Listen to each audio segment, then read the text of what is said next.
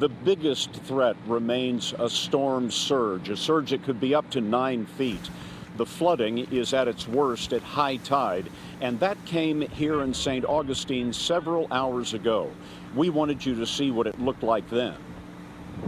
So this is St. Augustine. That's the San Sebastian River behind me.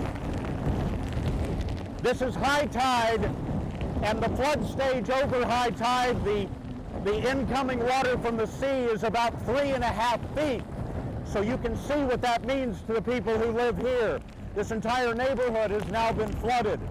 The Weather Service tells us that the highest gust of wind in St. Augustine was 79 miles an hour.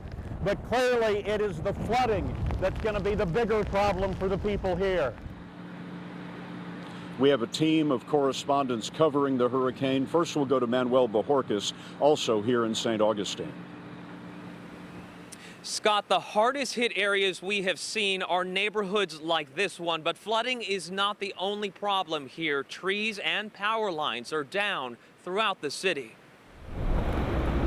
Hurricane Matthew pummeled America's oldest city, St. Augustine, dumping more than 9 inches of rain and causing widespread flooding. Bill Arlt heeded evacuation orders but is staying nearby. What are you expecting to see when you return to your house? That's a good question. Can't answer that until we see it.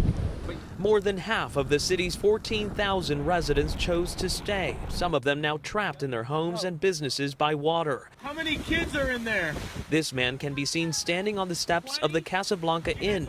20 people were stuck inside. As people who did not evacuate try to deal with the street flooding here, the pounding from Hurricane Matthew continues. The water on this street is several feet deep and still rising. No injuries or deaths have been reported. Wind gusts of over 80 miles per hour tore through roofs, toppled trees, and submerged cars.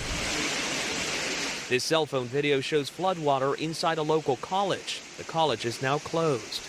Nearly 65,000 customers are without power. Oh my gosh, guys, we should back away. An hour south in Daytona Beach, the only thing that separated the storm surge and this home from being flooded was a glass patio door. My colleague Mark Strassman was there. The eye of the storm with the strongest winds is passing 10 miles offshore. This is also high tide, the worst combination for storm surge. Forecasters expect up to 9 feet of surge here. As dusk fell on St. Augustine, driving rain turned roads into waterways.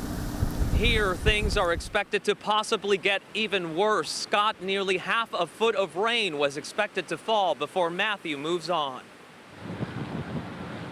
Manuel, thanks.